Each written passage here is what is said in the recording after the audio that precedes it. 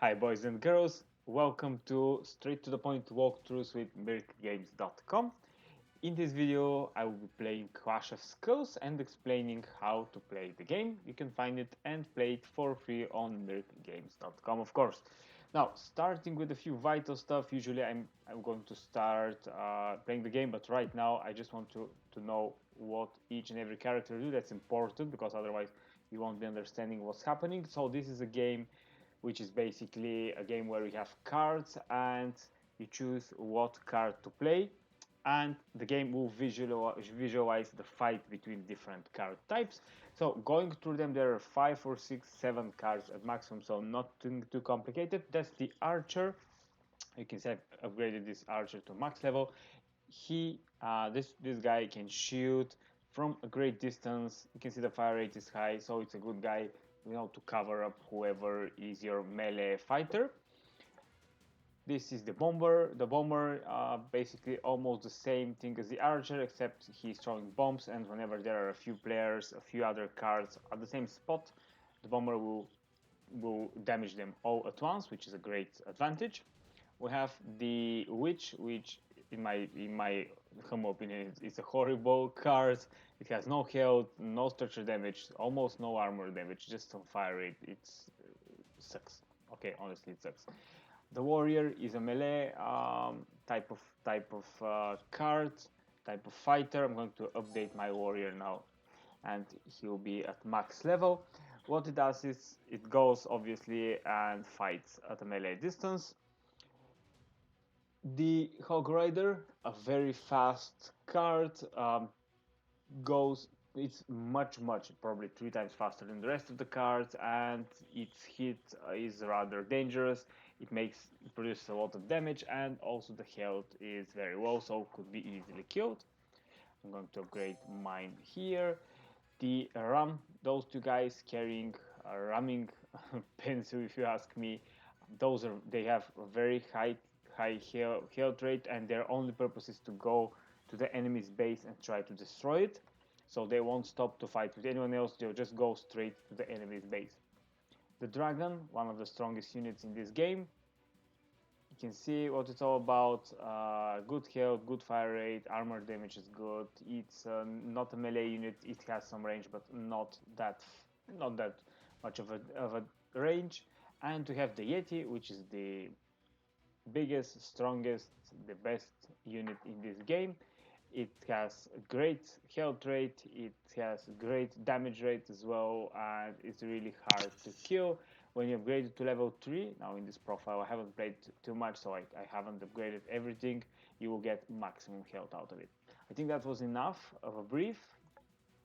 In general, we'll just start by the game finding an opponent. It's an online game, it's a multiplayer game. I'm playing against an actual opponent. You can see those are my starting cards, so I have to first choose what to send. My opponent is sending an archer, I'll send a hog rider, and you can see this is enough for all of us. The game is just loading a certain amount of points, and it costs you a certain amount of points, which you can see in the upper left corner, for each and every card to put in play. My enemy had the Yeti, loaded the Yeti, and sent the Yeti, and I'm going to send the Yeti myself, and I'm going to send an archer to back my Yeti up. You can see the points are loading. Once I have 3 points, I can get all of those that have 3 points available. Now next step would be to send the Hog Rider, since I have to get here and protect my Yeti, and the Hog Rider, you can see it's really fast. I'm going to send an archer to back up both the Yeti and the Hog Rider, although the Yeti is almost done. A warrior is always a good idea. Plenty of health, plenty of damage. Rather slow though, but that's the only disadvantage. I have actually 3 archers that are backing him up. Now the Hog Rider, as I said, a really powerful unit, makes a lot of damage. Not really pleasant to have to play against. Okay, I have a Yeti, and obviously in order to get a new card, this is the new card which is coming to you, you have to play one of your 5 available cards. This is a game of both skill and tactics, but of course, since there are cards involved, there is quite a bit of work involved. If you have the right cards, you can win this game sometimes within seconds. If you don't, yeah, it's a bit harder. I'm going to, yeah, play a dragon, and I need something to back those up. I would really love to have some kind of an archer. Okay, a bomber should do the work. Now, see what's happening. I'm going to put a couple of hog riders. I'm just waiting for, I want to send them both at once. They will produce a lot of damage, and that can turn the scales right now. No, it didn't. It didn't, unfortunately. Not plenty of good cards. All I have here are, yep, I don't have anything big. I just have archers and stuff. I'm just going to play all my archers. I have 3 archers, a warrior, and a ram. A ram would be useless right now. It will divert some attention, but won't really win the game for me. Thank God. Okay, so my enemy is going to send something big. Yep. How did I know that? It took quite a while for him to set off a unit.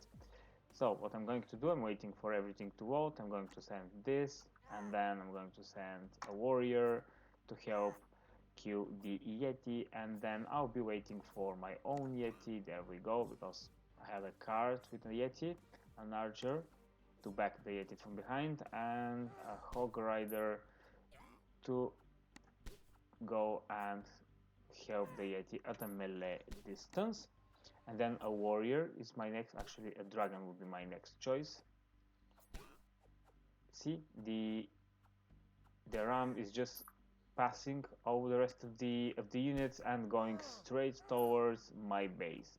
That's the idea. That's the idea of the ram. All right, I think. Okay,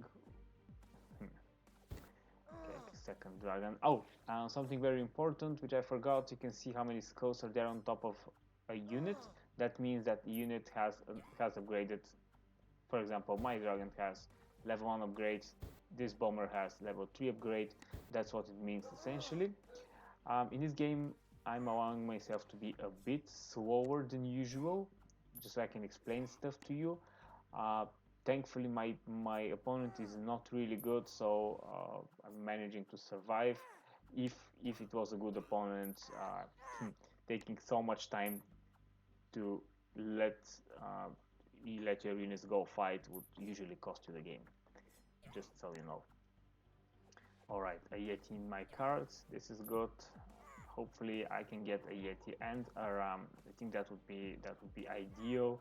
So just waiting for a lot of points. I want to send the ram as soon as the Yeti is there. You can see my opponent is rushing with everything he has. He spotted an opportunity there.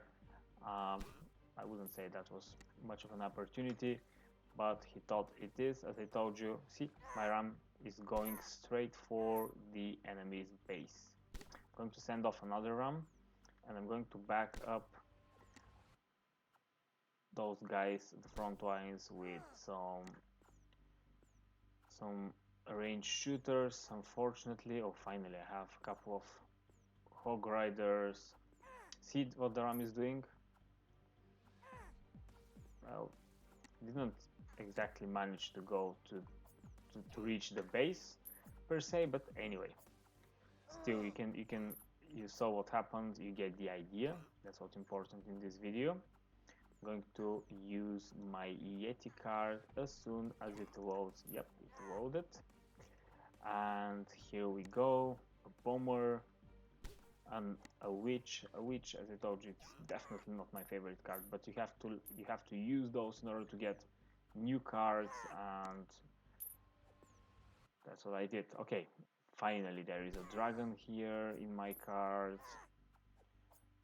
I'm going to send the dragon to kill that ram, and my enemy is waiting for, obviously, for a Yeti to load. That's perfectly fine. I'm going to send a warrior, and I want to send another warrior, or let's send the bomber, and then I'll send the second warrior to help help the guys front lines. This game is rather interesting for the reason me being a bit slower and my opponent not being the best opponent, but still, as I told you already, for the purpose of our video, that's actually a fantastic turn of events. By the way, don't forget to subscribe to my YouTube channel, and also don't forget to go and play this and other games on mirkgames.com, completely free, only hand-picked games for you guys. This particular game, Clash of Skulls, that I'm reviewing right now, a great game, a multiplayer, which is a lot of fun, very engaging to be honest with you. I'm really having fun, and I'm really seeing it as a diverse, very interesting game. Anything can happen, literally anything can happen. Different opponents, different cards, different gameplay each and every time. So plenty of fun with this multiplayer game. Also, don't forget to find us on social media, Facebook, Twitter and Instagram. And if you need to contact me for any reason, just try to do so. I will respond as soon as I'm available. My opponent is getting stronger. I can see a lot of units being spawned. I'm not sure how am I. We're pretty tight. He has taken a bit more health off my base, but nothing significant.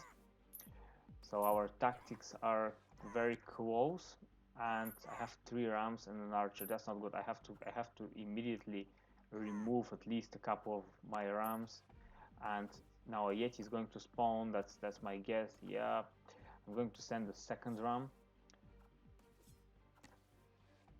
and then hopefully that would stall them enough so I can get my yeti out as well.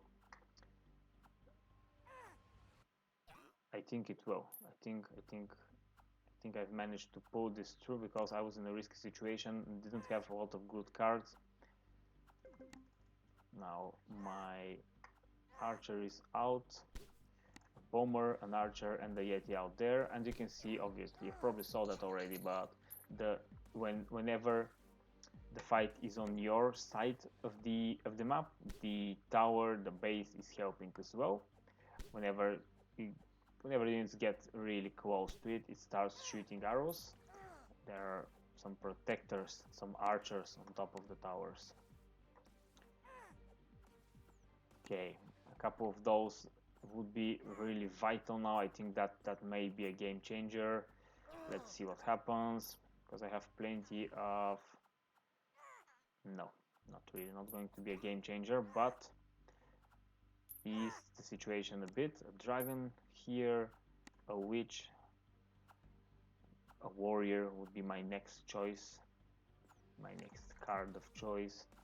Then an archer to back the melee units up, and then a bomber to back them even further, and then a witch because I have to get rid of the witch, otherwise I'm not getting any great cards, to be honest. I have a warrior. I'll send a warrior. A warrior is a melee unit. Melee units are slower and slower to get to the enemy's base, but they tend to be stronger and they last longer when under attack, while the range units are dying relatively quickly. I think I won this game. Yeah, definitely. Thank you for watching, guys. See you on mirkgames.com, and again, don't forget to subscribe on our YouTube channel. Thanks for watching. See you next time. Bye bye now.